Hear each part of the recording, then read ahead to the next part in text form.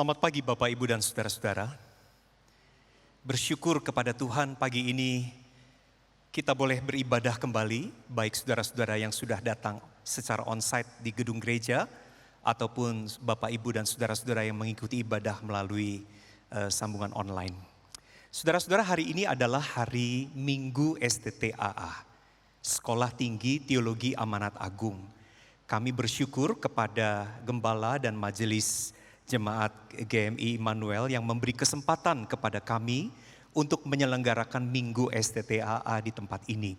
Saudara, Minggu STTAA adalah satu momen di mana kami mencoba untuk memperkenalkan Sekolah Tinggi Teologi Amanat Agung kepada gereja-gereja, kepada anggota-anggota jemaat di gereja-gereja. Saudara, Sekolah Tinggi Teologi Amanat Agung adalah lembaga pendidikan tinggi teologi yang mempersiapkan hamba-hamba Tuhan untuk dapat melayani dan melanjutkan pekerjaan Tuhan di ladangnya ini. Sebagaimana yang Tuhan Yesus katakan bahwa ladang begitu luas, tuaian begitu banyak, tetapi pekerja sedikit. Saudara-saudara, kebutuhan akan hamba-hamba Tuhan yang melayani, baik di gereja ataupun di lembaga-lembaga pelayanan Kristen, di sekolah-sekolah, dimanapun, di lembaga pelayanan anak, lembaga pelayanan kaum muda, lembaga-lembaga misi, begitu luas dan membutuhkan kehadiran pekerja-pekerja. Maka STT Amanat Agung adalah salah satu sekolah teologi yang Tuhan pakai untuk boleh mempersiapkan kebutuhan akan pekerja-pekerja itu. Kami berdoa biarlah kiranya STT Amanat Agung ke depan saudara-saudara terus dapat dipakai Tuhan, menjadi alat di dalam tangannya. Dan kami juga rindu mengajak Bapak Ibu sekalian jemaat GMI Immanuel untuk mendukung pekerjaan Tuhan di dalam doa. Mendukung agar proses mempersiapkan hamba-hamba Tuhan, membentuk hamba-hamba Tuhan ini dapat berjalan dengan baik, supaya pekerjaan Tuhan dapat terus dikerjakan sampai pada waktu Tuhan Yesus datang untuk yang kedua kalinya. Saudara-saudara, pada tahun ini STT Amanat Agung genap berusia 25 tahun. Satu perjalanan panjang yang Tuhan sudah izinkan boleh kami lewati bersama dengan Tuhan. Dan pada tahun ini saudara-saudara, secara khusus kami juga membuka satu program studi yang diperuntukkan bagi saudara-saudara kaum awam yang ingin memperlengkapi diri dengan studi teologi yang membuat saudara dapat melayani pada profesi saudara, pada bidang saudara yang saudara geluti dengan satu kompetensi dan perspektif teologis yang baik. Karena itu saudara-saudara, apabila ada di antara Bapak Ibu yang sedang menggumuli panggilan Tuhan, baik saudara yang memang menggumuli panggilan Tuhan untuk menjadi pekerja Tuhan, pelayan Tuhan penuh waktu, ataupun Bapak Ibu yang rindu diperlengkapi di dalam bidang saudara masing-masing, saudara dapat mengakses pada website kami, STT Amanat Agung, ataupun saudara dapat menghubungi kami melalui nomor telepon yang tersedia di dalam website STT Amanat Agung. Kiranya Tuhan dipermuliakan di dalam segala pekerjaan yang kita kerjakan untuk kemuliaan namanya. Baik Bapak Ibu dan saudara-saudara, mari kita bersama-sama sekarang untuk siapkan hati kita untuk menerima kebenaran firman Tuhan. Mari kita berdoa.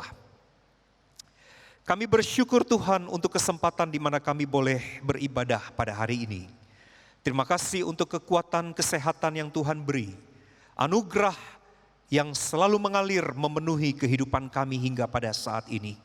Kami berdoa biarlah kiranya di dalam ibadah ini sekali lagi Tuhan boleh menyapa kami dan mengajar kami dengan kebenaran firman-Mu. Berbicaralah ya Tuhan, nyatakanlah dan singkapkanlah kebenaran firman-Mu ini kepada kami, supaya kami mengerti apa yang Tuhan mau ajarkan, dan supaya kami paham apa yang Tuhan mau untuk kami boleh lakukan di dalam kehidupan kami setelah kami mendengarkan firman-Mu ini. Tuhan, bersabdalah kepada kami, tolonglah kami yang lemah dan terbatas ini, agar Tuhan di dalam pekerjaan Roh Kudus-Mu memampukan kami untuk boleh masuk di dalam seluruh kebenaran firman-Mu. Di dalam nama Tuhan kami Yesus Kristus kami berdoa. Amin. Bapak, Ibu, dan saudara-saudara, mari kita bersama-sama membuka Alkitab di dalam surat Rasul Paulus kepada jemaat di kota Roma. Mari kita membuka dan membaca surat Roma passalnya yang ke-8. Roma passalnya yang ke-8, mari kita perhatikan bacaan mulai dari ayat 12 hingga ayat yang ke-17. Roma 8 ayat 12 hingga ayat 17. Saya akan bacakan bagi kita sekalian. Jadi saudara-saudara, kita adalah orang berhutang, tetapi bukan kepada daging, supaya hidup menurut daging. Sebab jika kamu hidup menurut daging, kamu akan mati. Tetapi jika oleh Roh, kamu mematikan perbuatan-perbuatan tubuhmu, kamu akan hidup. Semua orang yang dipimpin Roh Allah adalah anak Allah. Sebab kamu tidak menerima roh perbudakan yang membuat kamu menjadi takut lagi. Tetapi kamu telah menerima roh yang menjadikan kamu anak Allah. Oleh roh itu kita berseru, ya Aba, ya Bapa. Roh itu bersaksi bersama-sama dengan roh kita bahwa kita adalah anak-anak Allah. Dan jika kita adalah anak, maka kita juga adalah ahli waris. Maksudnya orang-orang yang berhak menerima janji-janji Allah, yang akan menerimanya bersama-sama dengan Kristus, yaitu jika kita menderita bersama-sama dengan Dia, supaya kita juga dipermuliakan bersama-sama dengan Dia. Sampai di situ pembacaan firman Tuhan untuk kita renungkan bersama pada saat ini. Bapak, Ibu, dan saudara-saudara, ada satu perbedaan yang sangat mencolok tentang status kita sebelum dan sesudah kita percaya kepada Kristus. Perubahan status ini saudara-saudara dijelaskan dengan dua istilah. Budak dan anak. Kalau kita membaca saudara-saudara surat Rasul Paulus yang dituliskan kepada jemaat di kota Roma, khususnya pada pasal 7, satu perikop yang ada sebelum bacaan kita pada hari ini. Paulus saudara-saudara menerangkan dengan sangat jelas di dalam bagian itu status kita sebagai seorang budak. Budak yang berada di bawah paksaan kuasa dosa. Budak yang tidak bisa lepas daripadanya. Seorang budak yang tidak bisa tidak menuruti kehendaknya atau keinginannya. Saudara-saudara, ketika kita membaca Roma pasal yang ke-7, saudara-saudara, di dalam bagian itu Rasul Paulus berkata bahwa sebagai orang berdosa, dia melakukan apa yang sesungguhnya tidak ingin dia lakukan. Saudara, di dalam pasal 7 Paulus berkata begini, sebenarnya aku ingin melakukan yang baik, tetapi bukan yang baik. Yang aku ingin lakukan, bukan itu yang aku perbuat. Tetapi sebaliknya, saudara-saudara, Paulus berkata, yang jahat, yang dia tahu tidak boleh dia lakukan, dan dia pun tidak ingin melakukannya, justru itu yang diperbuatnya. Saudara-saudara, Paulus berbicara tentang kondisi manusia setelah manusia jatuh ke dalam dosa. Bahwa kalau begitu katanya, bukan lagi aku, bukan Paulus yang menginginkan dan melakukan perbuatan dosa. Dengan jelas pada pasal 7 Paulus katakan, kalau begitu ada kuasa, yaitu kuasa dosa yang ada dan bekerja di dalam diriku. Itulah yang memperbudakku, yang memaksaku, dan yang meminta supaya terus-menerus dipuaskan dengan jalan menggiring aku untuk selalu berbuat dosa. Saudara-saudara, apa yang dikatakan oleh Paulus ini sungguh benar. Saya yakin Bapak, Ibu, dan saudara-saudara dan saya, kita tahu tentang apa yang baik. Kita tahu bukan? Jujur misalnya, kita tahu itu yang baik. Kita rindu untuk melakukan yang baik itu. Saya mau ngomong jujur Tuhan. Saya mau jadi orang jujur. Kita tahu itu. Dan kita ingin melakukannya. Tetapi persoalannya saudara-saudara seperti yang dikatakan atau dilukiskan Paulus pada pasal 7. Paulus mengatakan justru dalam kenyataannya bukan yang baik itu. Jujur, bukan itu yang aku perbuat. Tapi justru ada satu hal yang berseberangan dengan kejujuran, yaitu ketidakjujuran, tipu daya, kebohongan. Aku tahu ini tidak baik. Aku tidak ingin melakukan semua itu sebagai orang Kristen. Tetapi bukan itu. Ternyata apa yang aku tahu tidak baik untuk dilakukan dan aku tidak mau melakukannya. Justru kata Paulus, itu yang aku lakukan. Saudara-saudara, gambaran ini mau mengatakan bahwa di dalam diri kita, Paulus katakan ada kuasa yang disebut kuasa dosa. Sebelum kita di dalam Kristus, kuasa dosa itu bekerja memperbudak kita. Kita tidak mau, tetapi kita dipaksa, kita dibuat untuk melakukan apa yang kita tidak mau lakukan itu. Saudara, Paulus mengatakan bahwa sebagai budak dosa, manusia tidak bisa lepas dari belenggu kuasa dosa yang begitu kuatnya. Kita melihat di dalam sejarah agama-agama bahwa manusia mencoba untuk melepaskan diri. Dia seolah-olah menginginkan untuk melakukan yang baik, yang dirindukan untuk dilakukan. Menghindar dari yang tidak baik, yang berdosa, yang buruk ini. Tapi dalam kenyataannya saudara-saudara, di dalam sejarah agama-agama, manusia tidak pernah berhasil melepaskan diri dari belenggu kuasa dosa yang memperbudaknya. Pada pasal 7 ayat ke-24 di dalam surat Roma, pada satu titik akhirnya Paulus menjerit berseru di dalam rasa frustrasi. Dia katakan, aku ini manusia celaka. Siapa yang bisa membebaskan aku dari tubuh maut ini? Artinya saudara-saudara, Paulus berseru, siapa yang bisa melepaskan aku dari status sebagai budak kuasa dosa? Ketika dia berseru seperti itu, kemudian dia sambung di ayat 25. Dia menemukan jawabannya.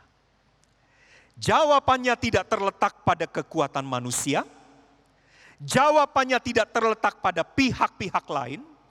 Jawabannya bukan juga karena jasa-jasa manusia. Dia katakan, praise the Lord, syukur kepada Allah.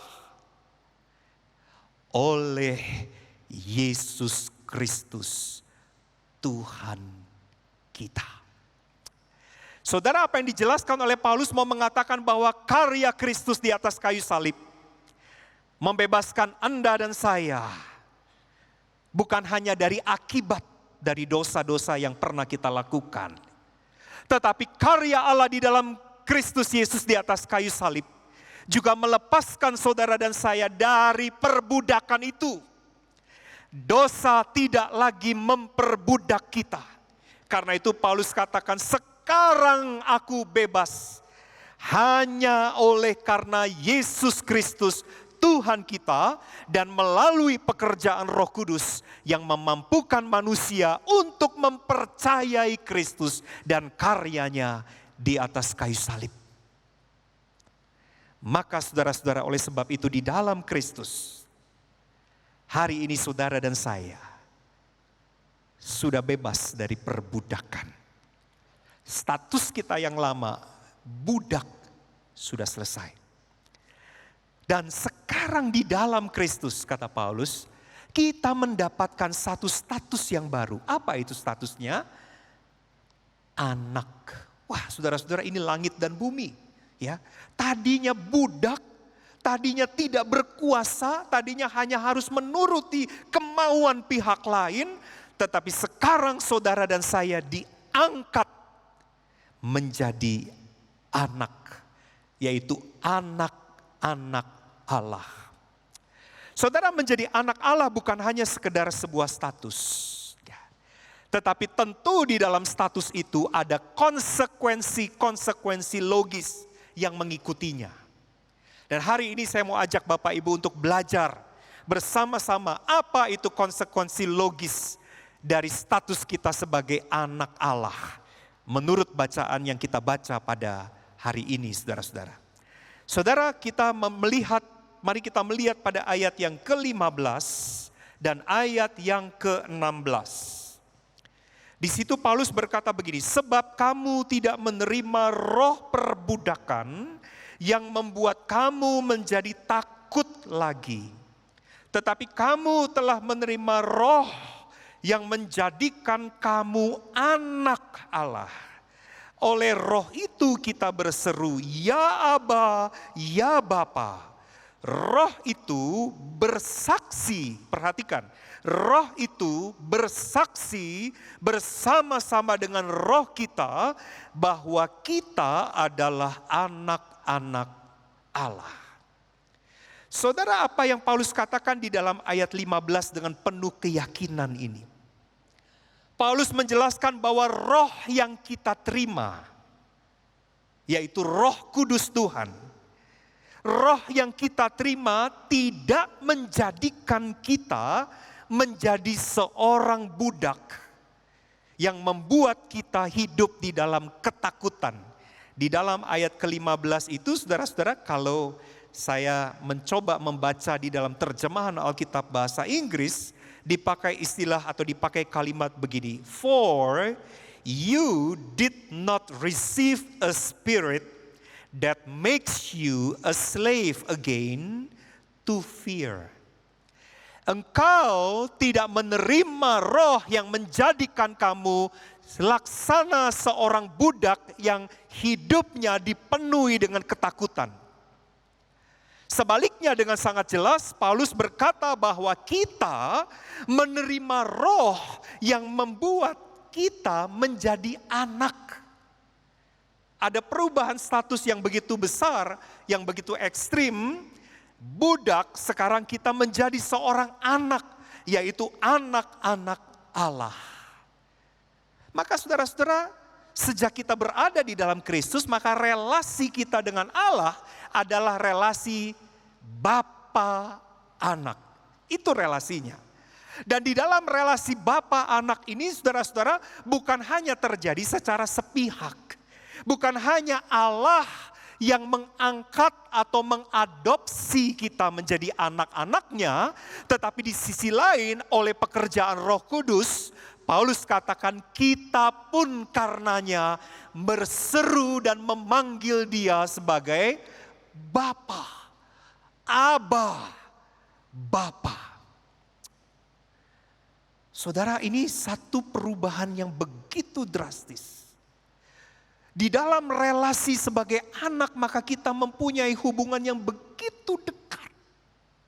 Dekat sekali dengan Bapa, dengan Allah yang adalah Bapa kita. Di dalam relasi Bapa dengan anak ini, saudara-saudara, mau mengatakan bahwa perubahan yang terjadi di dalam hidup kita itu begitu radikal. Dulunya budak yang selalu melakukan segala sesuatu untuk melawan Allah, untuk menyakiti hati Allah, kini menjadi anak-anaknya yang mempunyai relasi yang begitu dekat dengan Allah sendiri. Saudara, Paulus menjelaskan seorang budak itu hidupnya penuh dengan ketakutan.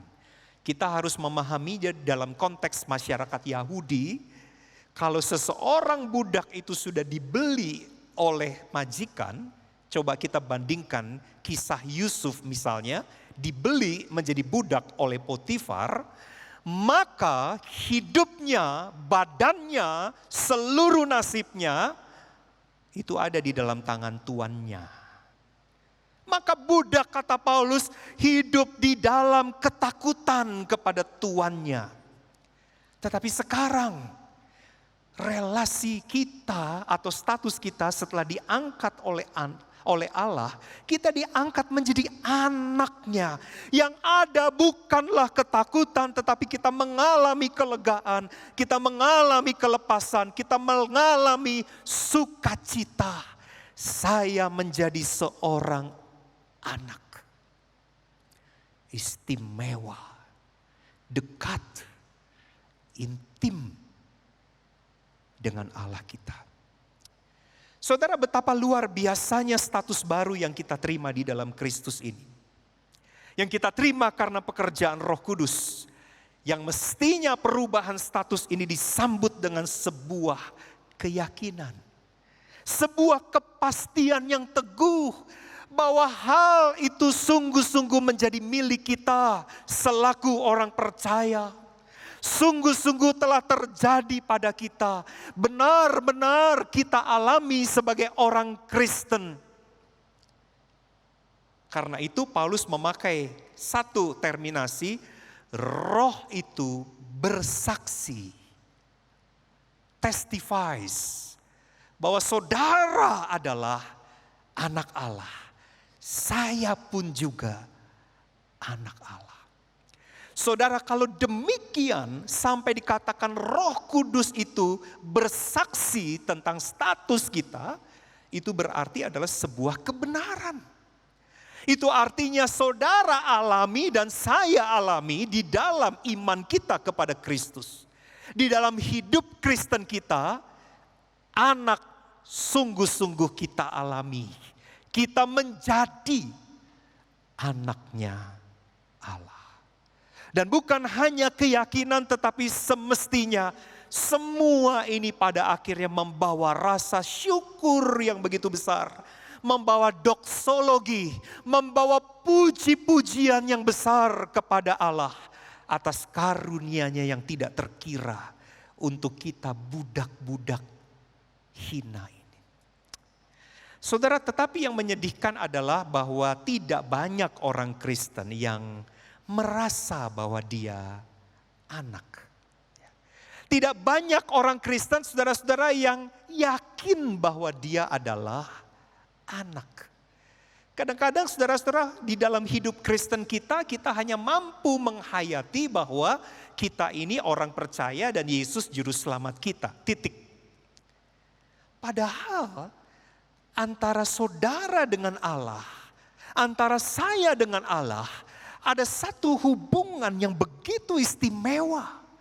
Yang tidak dimiliki oleh siapapun atau oleh apapun di bawah kolong langit ini. Bapa dan anaknya. Anak dapat berbicara dengan bapanya kapan saja. Anak dapat menceritakan seluruh cerita dan pergumulannya kepada bapanya kapanpun dia mau. Dan kalau dia adalah bapa kita, berarti kita bergantung penuh kepada Dia yang betul-betul berkuasa atas hidup kita, bukan? Saudara, apakah saudara sudah mengalami kebenaran bahwa saudara adalah anak dari Allah? Saya ingin mengajak jemaat bukan hanya sekedar bisa merasa bahwa kita hanyalah orang-orang yang diselamatkan oleh karena karya Kristus di atas kayu salib dan selesai. Tapi ternyata Paulus katakan karya keselamatan yang dikerjakan oleh Kristus itu mempunyai satu akibat, yaitu membawa dan mengangkat saudara dari lumpur hina sebagai budak.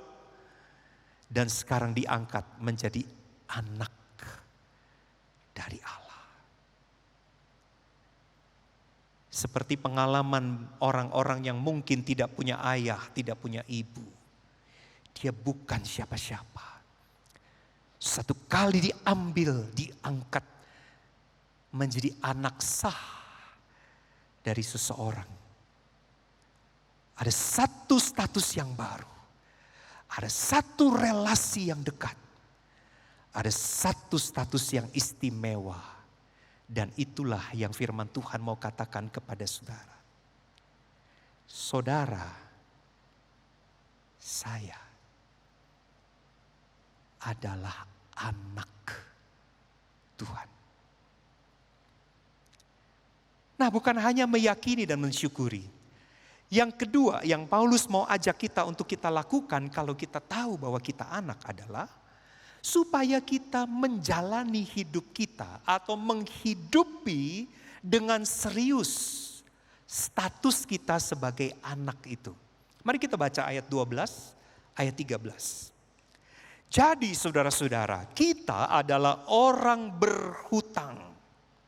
Tetapi bukan kepada daging, supaya hidup menurut daging. Sebab jika kamu hidup menurut daging, kamu akan mati. Tetapi jika oleh roh kamu mematikan perbuatan-perbuatan tubuhmu, kamu akan hidup. Saudara, banyak orang punya status tentang dirinya atau tentang hidupnya. Tetapi saudara-saudara, sayangnya adalah tidak mampu hidup menurut atau sesuai dengan status yang disandangnya. Saya ulangi, banyak orang bisa punya status tertentu tentang dirinya atau tentang hidupnya. Tetapi masalahnya adalah seringkali orang tidak mampu untuk hidup sesuai dengan status yang disandangnya. Demikian juga saudara-saudara dengan orang percaya yang kini menyandang status sebagai anak-anak Allah. Berapa banyak di antara anak-anak Allah yang betul-betul menghidupi dan membuktikan dirinya sebagai seorang anak. Saudara, kalau kita pikir ini tentu di dalam relasi yang normal ya saudara-saudara ya, bukan relasi abnormal. Dalam relasi yang normal, anak tidak pernah mikir untuk melakukan yang jahat kepada bapaknya, bukan? Anak gak pernah berpikir menjahati bapaknya. Anak juga tidak pernah ingin, walaupun seringkali tanpa disadari dia melakukan, tetapi sesungguhnya dia tidak ingin menyakiti hati bapaknya. Anak tidak mungkin memusuhi bapaknya sendiri yang menyayangi dia. Sebaliknya, seorang anak akan selalu berpikir, apa ya yang kira-kira akan membawa kesukaan? Apa yang menyenangkan papaku? Anak belajar untuk membalas kasih bapaknya dengan cara mengasihi bapaknya lewat hidupnya. Itu anak. Itulah yang mestinya dilakukan oleh anak sesuai dengan statusnya kepada bapaknya. Saudara-saudara, di dalam ayat ke-12 Paulus mengatakan bahwa sebagai anak kita tidak lagi punya kewajiban, ya. Kalau saudara baca di dalam ayat 12, Paulus sebut kita adalah orang berhutang tetapi bukan kepada daging. Saudara, kalau saudara punya hutang sama seseorang kan saudara berkewajiban untuk bayar, ya. Sebagai orang yang berhutang, saudara punya obligation. Kata obligation itu yang muncul di dalam terjemahan NIV. Saudara punya kewajiban. Nah, Paulus katakan sebagai anak, kita punya kewajiban seperti orang harus bayar hutang, tetapi kewajibannya atau hutangnya itu bukan kepada daging untuk menuruti keinginan daging. Artinya saudara-saudara, sekarang saudara-saudara kita sudah tidak lagi berada di bawah paksaan, belenggu atau kuasa dosa. Artinya saudara sudah bebas, saudara sudah lepas dari dosa dan kuasanya yang memperbudak kita. Sebaliknya, Paulus di dalam bahasa yang sangat kontras mengatakan bahwa sebagai anak semestinya kita justru mematikan perbuatan-perbuatan daging. Ya. Dikatakan dengan Roh Kudus atau bersama-sama dengan Roh Kudus, mestinya kita berjuang untuk mematikan, put to death, perbuatan-perbuatan daging yang jelas-jelas menyakiti hati Bapa manakala kita melakukannya. Jadi saudara-saudara, ini satu kondisi yang berubah di dalam hidup kita. Kalau dulu sebelum kita di dalam Kristus, kita berbuat dosa karena memang kita tidak punya kemampuan untuk melepaskan diri dari kuasa dosa. Kita tidak punya kesanggupan untuk berkata tidak kepada dosa. Itu dulu. Tetapi sekarang Paulus katakan, sekarang kamu sudah bebas. Kamu tidak punya obligation, tidak punya kewajiban kepada daging. Tidak punya kewajiban seperti orang harus bayar hutang kepada dosa. Artinya hal itu implikasinya apa? Itu berarti kalau saat ini sebagai orang Kristen, saudara dan saya berbuat dosa, maka itu 100% pilihan kita. Kalau dulu kita bisa mengatakan, saya juga nggak tahu nih, seperti Paulus ya. Saya juga nggak tahu ini. Ya karena memang kita diperbudak. Tetapi sekarang Paulus katakan, sekarang kamu sudah free. Maka dalam kondisi free itu, kalaupun kamu sampai memilih melakukan dosa, maka itu adalah pilihanmu. Itu adalah keputusanmu. Nah, masalahnya adalah apa yang kita pilih selama ini sebagai anak. Yang menyedihkan adalah begini Bapak Ibu. Kita mengatakan statusku adalah anak. Tetapi yang kita pilih adalah segala sesuatu yang menyakiti hati Bapa. Kita seolah-olah gak peduli lah, Bapak mau sakit hati, Bapak mau sedih, Bapak murka. Saya gak peduli. Yang penting saya suka. Yang penting saya merasa enak. Yang penting saya merasa puas. Paulus katakan dengan sangat jelas, kalau benar Anda adalah anak, maka semestinya anak tidak mungkin secara intentional, secara sengaja menyakiti hati Bapa dengan dosa-dosa yang jelas-jelas Bapa benci. Saudara, adakah Bapak Ibu yang adalah anak-anak Allah dan juga saya yang membaca dan merenungkan firman Tuhan pada pagi ini betul-betul sadar, iya ya, saya selama ini jalani hidup saya sebagai anak enggak? Apa jangan-jangan saya punya status anak tapi mentalitasnya mentalitas budak? Artinya apa? Statusnya anak, tetapi dalam actionnya setiap hari, masih setiap hari kayak orang diperbudak. Kayak udah gak bisa ngomong enggak sama dosa. Begitu digoda sedikit jatuh. Begitu ditawarin sedikit ambil. Kita gak lagi memikirkan, kalau saya melakukan ini, apa yang dirasakan Bapa di dalam hatinya. Saudara, kalau kita betul adalah anak, maka mestinya Paulus katakan, kita harus jalani hidup kita dengan serius. Sesuai status itu.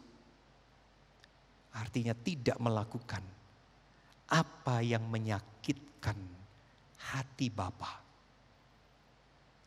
Yang ketiga, yang terakhir. Mari kita baca ayat yang ke-17. Satu ayat penutup yang sangat indah. Yang Paulus katakan begini, dan jika kita adalah anak, maka kita juga adalah ahli waris.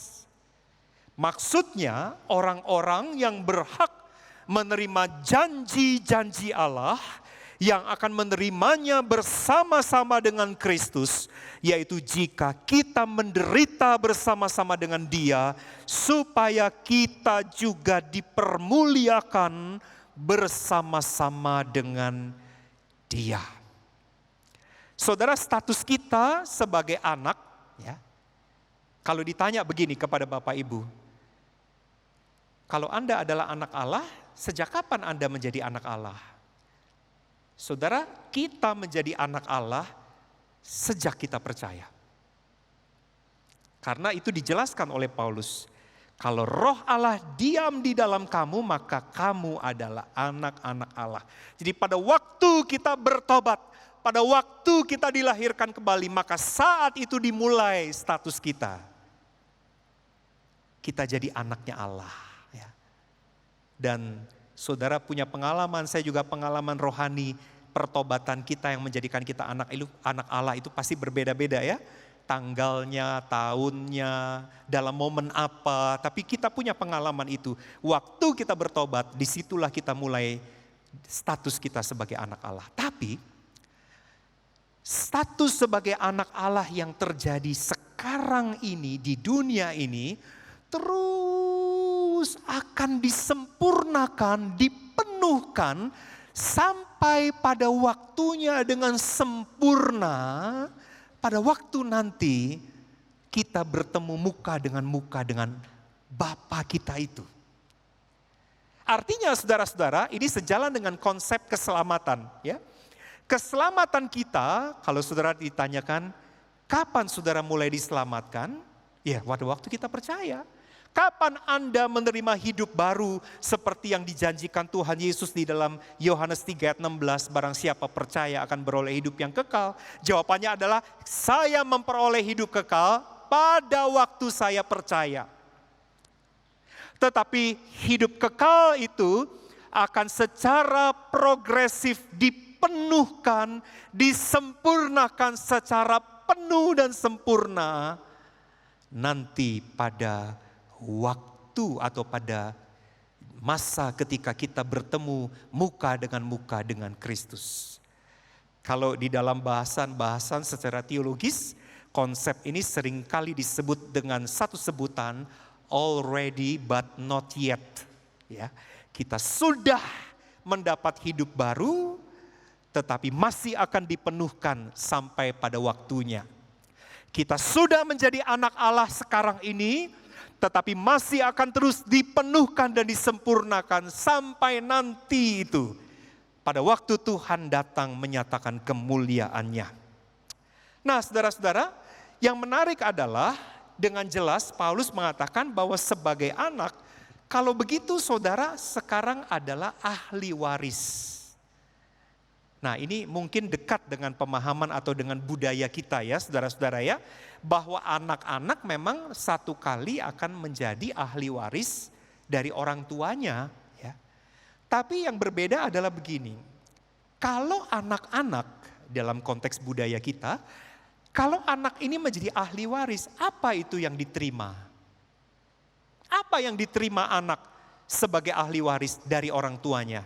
Yang kita terima adalah ya semua barang-barang, harta benda milik orang tua kita. Itu yang diwariskan. Misalnya orang tua kita punya rumah. Maka kita sebagai ahli waris akan menerima barang-barang milik orang tua kita itu diberikan kepada kita. Pemberian-pemberian dari orang tua. Itu ahli waris dalam konteks masyarakat kita. Tapi yang Paulus katakan tentang ahli waris sangat berbeda. Saya akan membacakan saudara-saudara ayat 17. Di dalam versi bahasa Inggris, di situ dipakai begini. Now, if we are children, then we are heirs. Heirs of God and co-heirs with Christ. Jadi Paulus dengan jelas mengatakan heirs of God. Bukan higher of gods, pakai apostrofi S. Kita bukan hanya mewarisi pemberian-pemberian Allah. Kita bukan hanya mewarisi kepunyaan-kepunyaan Allah. Bukan. Tapi Paulus dengan tegas mengatakan, we are heirs of God. Artinya yang akan kita warisi itu adalah Allah sendiri. Artinya apa? Paulus mengatakan bahwa pada waktu Allah menyatakan kemuliaannya, pada akhir zaman nanti itu, kita akan memiliki Allah dan dipersekutukan dengan Allah secara penuh, secara sempurna. Maka Bapa tidak akan pernah terpisah dari anaknya. Bapa dan anak akan tinggal selama-lamanya sampai kekal. Wah, ini indah ya, itu satu gambaran yang kita baca di dalam surat Wahyu, di dalam kitab Wahyu saudara-saudara. Di dalam kitab Wahyu itu dikatakan satu gambaran persekutuan kita yang tidak akan pernah terpisah lagi. Kita dengan Bapa kita akan tinggal selama-lamanya bersama-sama di dalam kekekalan. Tapi Bapak Ibu, gambaran itu masih ada di depan sana. Ya. Persekutuan dengan Bapa kita secara sempurna, secara penuh itu masih ada di depan kita dan kita sedang berjalan menuju ke sana. Kita sedang berjalan menuju pemenuhan dari janji itu. Tetapi sekarang kita masih ada di sini, kita masih ada di dunia ini, yaitu dunia yang penuh dengan godaan, dunia yang penuh dengan kesulitan, dunia yang penuh dengan tantangan. Karenanya Paulus di dalam ayat ke-17 menyinggung soal apa? Menderita bersama-sama dengan Kristus. Artinya apa? Bahwa memang kita sedang menuju kepada pemenuhan persekutuan yang sempurna dengan Bapa kita, tetapi sekarang kita masih tinggal di dunia yang penuh dengan kesulitan-kesulitan hidup. Dan barang siapa yang tetap tekun dan setia sampai hari itu tiba, maka dia akan memperoleh semua janji-janji Allah ini. Paulus katakan tekunlah dan setialah sebagai anak yang sebentar lagi akan ketemu Bapa. Ya. Saudara dan saya sebentar lagi akan ketemu Bapa, ketemu Papa kita. Papa dalam arti hubungan yang erat antara Allah dengan kita, Bapa kita. Dan sambil menantikan waktu pertemuan atau perjumpaan kita itu, Paulus katakan tekunlah, setialah di dalam hidup yang penuh dengan godaan. Tekunlah dan setialah di dalam hidup yang penuh dengan kesulitan. Saudara, menarik karena surat ini ditulis kepada jemaat di kota Roma. Ya. Sejarah mencatat saudara-saudara atau banyak setuju bahwa Paulus bahkan meninggal di dalam peristiwa setelah pemenjaraannya di kota Roma. Roma itu gambaran dari besarnya kesulitan yang akan diterima oleh orang-orang Kristen, oleh anak-anak Allah. Tetapi Paulus katakan, barang siapa menderita bersama-sama dengan Kristus, pada akhirnya dia akan dipermuliakan. Pada akhirnya dia akan dipertemukan dengan Bapa dan akan tinggal selama-lamanya tidak terpisahkan dengan Bapa yang kekal. Saudara, karena itu mari kita terus berjalan sambil menantikan waktu kita ketemu dengan Bapa kita. Ya. Dan mari kita terus berjalan di dalam hidup kita di dunia ini, dalam ketekunan, dalam kesetiaan. Saya yakin hari-hari ini bukanlah hari-hari yang mudah untuk kita. Dan saya percaya bahwa dunia di dalamnya kita hidup bukanlah dunia yang tidak memberikan kepada kita pergumulan dan kesulitan. Tetapi mari kita tekun, karena kita tahu sebentar lagi kita akan bertemu Bapa. Mari kita berdoa, saudara-saudara. Terima kasih untuk kebenaran firman-Mu Tuhan. Terima kasih karena kami diangkat oleh Tuhan menjadi anak. Satu status istimewa yang di dalamnya terdapat relasi yang begitu dekat. Satu kelekatan dan keintiman yang tidak dimiliki oleh siapapun, oleh apapun juga di bawah kolong langit ini kecuali hanya oleh orang-orang percaya. Ajari kami meyakini bahwa kami sesungguhnya adalah anak. Sehingga kami betul-betul bisa mengatakan apapun, menyampaikan apapun, percaya penuh kepada Bapa yang betul-betul memegang dan berkuasa atas hidup kami. Bapa, tolonglah kami supaya kami belajar untuk menghidupi hidup sebagai seorang anak. Yang di dalam kenyataannya kami mengaku bahwa seringkali kami adalah anak yang bermental budak. Anak yang tetap hidupnya seolah-olah tidak bisa kalau kami tidak berbuat dosa. Maka kami adalah anak-anak yang seringkali tidak peduli kepada hati Bapa.